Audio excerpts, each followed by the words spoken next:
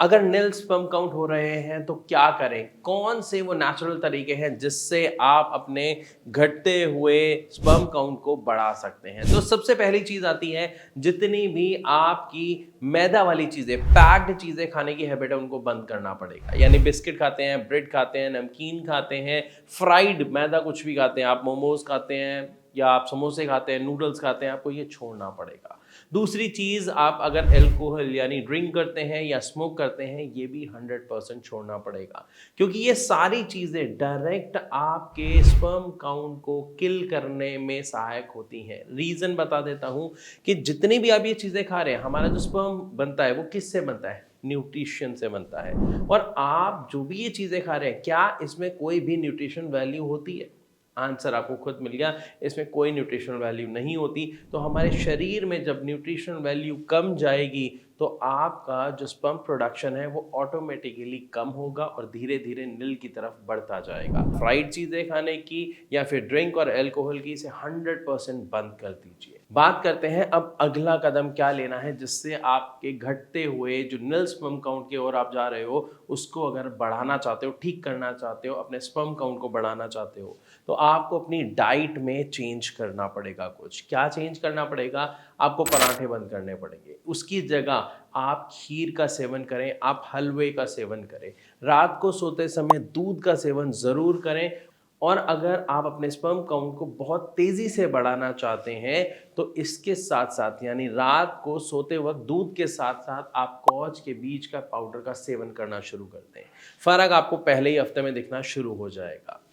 2 point समझ गए। तीसरे पॉइंट पर चलते हैं, लेकिन एक चीज़ ध्यान रखें, ये जितनी भी चीज़ें मैं बता रहा हूँ, ये आपको 100% फ़ायदा देंगी, लेकिन क्योंकि हमारी डाइट से जो हमें फ़ायदा मिल रहा है, उसमें टाइम लगता है। अगर आप एक शानदार इसका इलाज चाहते हैं, जो 100% साइड इफ़ेक्ट फ्री हो, तो आप भारत होम्योपैथी के डॉक्टर से नीचे दिए गए नंबर पर संपर्क कर सकते हैं और हमारे यहाँ से अपना ट्रीटमेंट ले सकते हैं। बात करते हैं अगले पॉइंट की। इसके बाद आपको अपनी डाइट में ड्राई फ्रूट्स की मात्रा बढ़ा देनी है, यानी आपका जो ब्रेकफास्ट टाइम है उसमें आपको ड्राई फ्रूट्स का सेवन करना है। सर्दियां हैं तो नॉर्मल आप ड्राई फ्रूट्स का सेवन कर सकते हैं, लेकिन गर्मियां हैं तो उन ड्राई फ्रूट्स को आपको रात को भिगोना है और उसके बाद उनका सेवन सुबह करना है। खास तौर पर ध्यान रखें, अंजीर, बादाम और अखरोट की गिरी, इन 3 चीज़ों के सेवन करने से आपको अपने कम हो रहे स्पर्म काउंट में बहुत ही ज़्यादा फ़ायदा मिलेगा,